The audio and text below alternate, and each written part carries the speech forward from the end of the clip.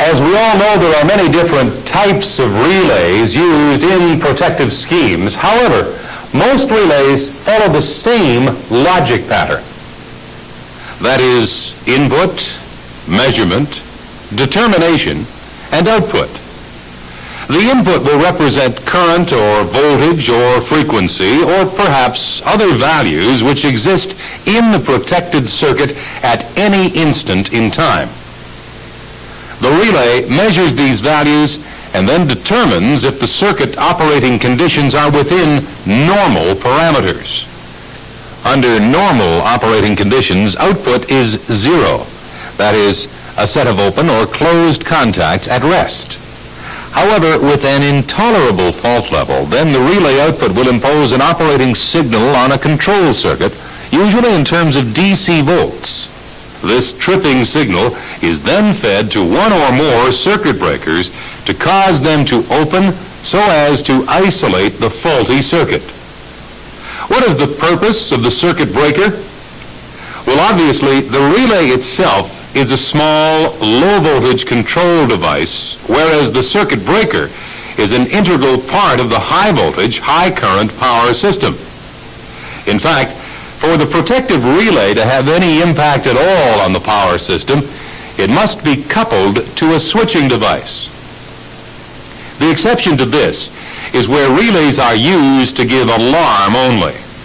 But for action, it must command a switching operation. Conversely, the circuit breaker would have little value other than as a manual switch if it were not coupled to protective relays. The circuit breaker is specifically designed to interrupt fault current, which may be 10 times or more than normal full load current. It achieves this by breaking the current flow in a specially designed interrupter. As the contacts open inside the interrupter, an arc is drawn. It is essential that this arc be extinguished immediately and the contacts thoroughly insulated from each other so as to prevent a restrike, which could result in considerable damage to the breaker. Various methods are used to quench the arc inside the interrupter, depending upon the size and voltage of the breaker. The quenching medium may be oil, as in the case of this 132 kV oil circuit breaker. In this type of breaker, all three phases are immersed in oil tanks, and the tanks are grounded. This is known as a dead tank breaker. We mention it here because the item does have some significance in protection, as you'll see in later tapes. Incidentally, current transformers are usually located in the bushings here. This type of breaker is usually provided with a single trip coil to operate the opening mechanism on all three phases. In rare incidences, a breaker may fail to open, perhaps due to a problem in the tripping circuit or in the mechanism itself. Indeed, as we shall see, this is one of the conditions that must be protected against. Where breaker operation is critical, an additional parallel tripping coil and circuit is often provided, fed from its own second set of relays. Another type of arc quenching is through air blast, as in this 345 kV breaker. As you can see, each phase has its own interrupter mounted on insulators. As it is insulated from ground, the tank is known as a live tank. Each of the phases is equipped with its own separate tripping coil, and they are usually, but not always, wired in series. Problems can and do occur if perhaps one phase fails to open, or conceivably all three phases open, but not at precisely the same time. This can give rise to severe transients on the system, as we shall see in later tapes. Additional redundant tripping circuits and relays are usually provided with high voltage breakers, that is 230 kilovolts and up. Yet another quenching medium is SF6, sulfur hexafluoride gas. And in lower voltage breakers, arc brake chutes are provided. Vacuum breakers use vacuum as the arc quenching medium. The subject of circuit breaker design is obviously outside the scope of this video program, but further details are provided in other programs. The important factor to remember is that the circuit breaker is capable of interrupting fault currents. There are many other switching devices, particularly in use on the distribution system, such as reclosers, sectionalizers, and oil switches. But in general, these are capable of very limited fault interruption. On the distribution system, fuses are often used in place of the relay circuit breaker combination. The fuse is not so fast or accurate as protective relays, but it does provide satisfactory economical protection for distribution transformers and feeds.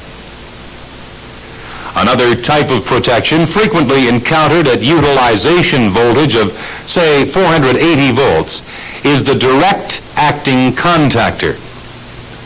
In one common type, overcurrent causes thermal contacts to open the circuit. In another type, a built-in relay opens the contactor. However, let's return to the thrust of this program, that is, protective relaying of the power system. This circuit shows the elements of a very basic protection scheme. The inputs to the relays are provided by current and voltage. The voltage is measured by a voltage transformer connected to the bus, which may be at, say, 33 kV. The secondary side of the voltage transformer, or potential transformer as they are often called, delivers 120 volts to the relay. This voltage will, of course, rise or fall in proportion to variations in the bus voltage, so it will represent the actual bus voltage to the relay. Similarly, the line current is represented by the input to the relay from the current transformer. We shall be talking more about CTs and VTs later. This circuit breaker is located in the line, that is, the protected circuit. Let's suppose that a high magnitude fault occurs on the line at this point. The relay will detect the intolerably high current and send a tripping signal to open the circuit breaker. Let's look at this tripping circuit. A 125-volt DC system is provided for operation of the breakers.